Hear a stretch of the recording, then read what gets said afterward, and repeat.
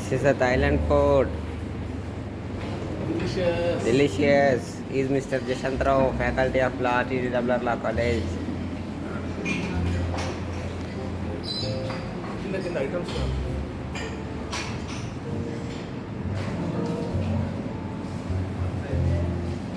So butter, sauce, different types of sandwich. టై sandwich. మన తెలుగులో అయితే దబ రొట్టె బన్ను ఇక్కడ వస్తే మారిపోయింది. అంత గడ్డి తినేది గడ్డి అని చెప్పారు కదా అదే ఇది కుకుంబర్ అంట దోసకాయ. ఇది కుకుంబర్ కాకపోతే చిన్నగా అయిపోయినాయి ఎండ కొట్టి ఇగో ఇదేందో నాకు కూడా తెలియదు. కాకపోతే ఏదో లీఫీ వెజిటేబుల్స్ మిక్స్ ప్రయత్నం చేసిండు కానీ సక్సెస్ కానట్టుంది. గట్లే తింటుర్రు. ఇది మిల్క్ అంటే ఇది చెట్లు అంతా బాగానే ఉన్నది కానీ మనం తినకేంటి అది ఇక్కడ జపాన్ అంట. ఒక్కసారి మనం ఇక్కడ చూడవచ్చు. ఇది ఒక అస్సలు ట్రై చేయకండి, చాలా బోరాన్ ఉంది. ట్రై చేసిన ఒక కథం ఎంత తగ్గిపోయింది అసలు. సిస్టమ్ అడిగిన పచ్చి చేప అట్లనే పెట్టినాడు. కడగని మీకు అడిగిన రెండు దేవుని తెలియదు. ఏదో గుడిసెలాగా ఉందని తినేరు. ఇప్పుడే మా సార్ తిన్నాడు. నోరు మొత్తం మండిపోయింది. సిస్టమ్ ఖరాబ్ అయిపోయింది. చూడవచ్చు మీరు. This is Japanese food. It's come to Indian. ఇదే మనం బతుకుతారు ఇక్కడ. ఇదే తినాలంటే బతకాలి మనము, ఇంతకంటే దొరకదు. ఇవేం లేవు ఫ్రెంచ్ ఫ్రైస్ కానీ కొంచెం దొడ్డుగానే అంతే అంతే. ఇది ఏం లేదు ఫ్రైడ్ రైస్. కొంచెం కిష్మిష్ వేసి అమెరికన్ ఫ్రైడ్ రైస్ అని పెట్టింది. ఇది ఏం లేదు ఇంట్లో తినమన్నా తినరు కానీ ఇక్కడ మాత్రం ఫాస్ట్గా తింటారు.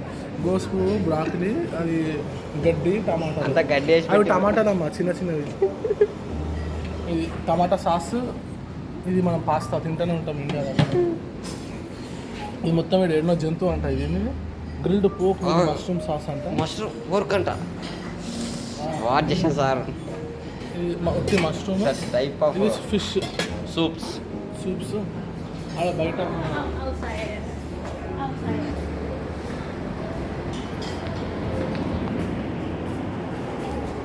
డ్రింకింగ్ వాటర్ ఇక్కడ కనిపిస్తున్నాయి కదా వాటర్. ఈ వాటర్ ఈడనే దొరుకుతాయి. మళ్ళీ ఆడపోయిన వాటర్ దొరకవు.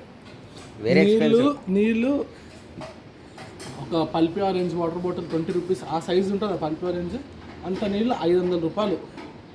Water is very expensive. ఇప్పుడు మనం వేడుకోతున్నామంటే ఆమ్లెట్లు వేయడానికి సపరేట్ బయట పెట్టిర్రు. ఆమ్లెట్ స్టాలు, ఆమ్లెట్లు, దోశలు, బర్గర్లు, రోజు గుడ్లు అయితే ఉడకబెడతారు. ఇది కొంచెం వెరైటీ ఉండే. ఇది అయిపోయింది ఇందాక నేను చూసిన. మీరు చూసిన మాత్రం పర్సన్ అవుతుండ్రి. ఎగ్స్ మొత్తం వేరే కలర్లు వచ్చేసినాయి.